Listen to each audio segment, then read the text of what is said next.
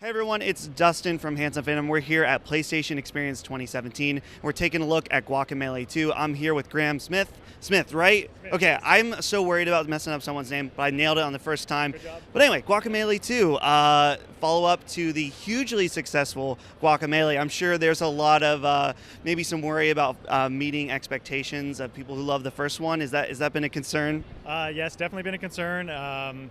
Yeah, we know a lot of people are big fans of the original game, so we've been very careful to try and make sure the experience is very smooth and very fun.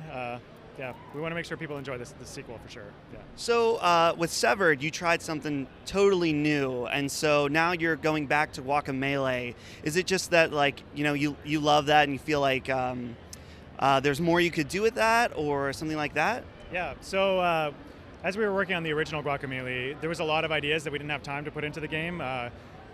We were working on it for about 3 years total by the time we put out the Super Turbo Championship Edition. So we had to table a lot of those ideas, and we had made 4 platformers in a row, so we wanted to do something completely different. So we started working on Severed, and Severed was also very different in tone. It was a very dark game.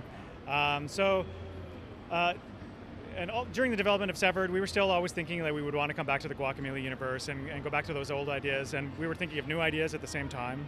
And when Severed wrapped up development, and after working on a game that was so dark in tone, it was like there was a big appeal to go back to something that was silly and lighthearted, so it made sense for us to go back to Guacamelee. Plus, it seemed that there was quite a big demand for a sequel to Guacamelee as well, so all of those things together kind of made us decide to go back to the sequel. So something I noticed when we were playing the demo, I think you might have the most advanced chicken mechanics yet in a video game. Yeah. So you were telling me how the chicken was a big part. So is the chicken, is there like multiple different things you transform into throughout the game? That's one of the things we talked about doing at the beginning, but we decided instead to try and focus our efforts on just improving the chicken and the abilities of the chicken. So that's one of the things that we felt was lacking in the original Guacamelee that we wanted to do more with. So when we were talking about like new abilities in the game and what new abilities Juan could have, we also started talking about could the chicken have new abilities, and so we spent a lot of effort like thinking about different things that the chicken could do, trying to make it kind of complementary to Juan's set of moves. So in the demo that we're showing here, we have a couple of different things that the chicken can do, like when you're jumping as a chicken, if you hold down the jump button, you can glide, so you can traverse across larger gaps as the chicken. The chicken also has like some power moves similar to Juan, except it does them diagonally, so it can break different types of blocks like that. So players will find that it makes sense to use the chicken in some situations, makes sense to use Juan in other situations, and go back and forth between them in the game.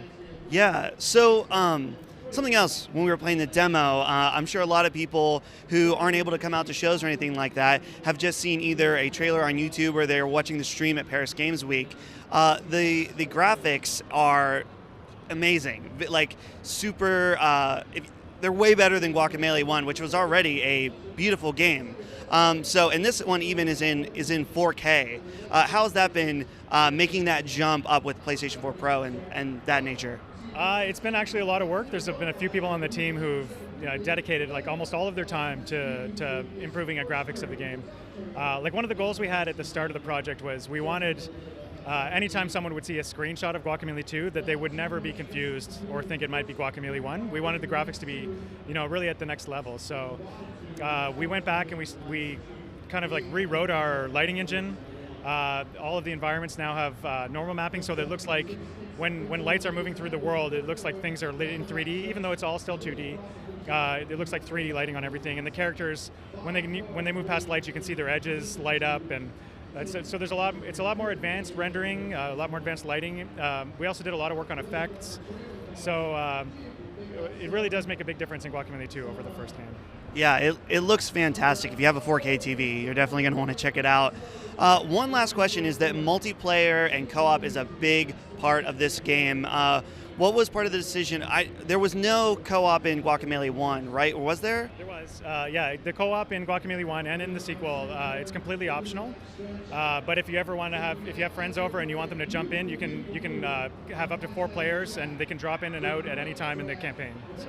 Very cool. Yeah, that's one thing I really liked was in certain co-op games, it almost is just like an add-on extra, and it doesn't necessarily enhance playing with a friend. It might make it more difficult, but playing with you, it definitely felt like, oh, this is really cool to play together, right? Yeah, there are some additional challenges in multiplayer.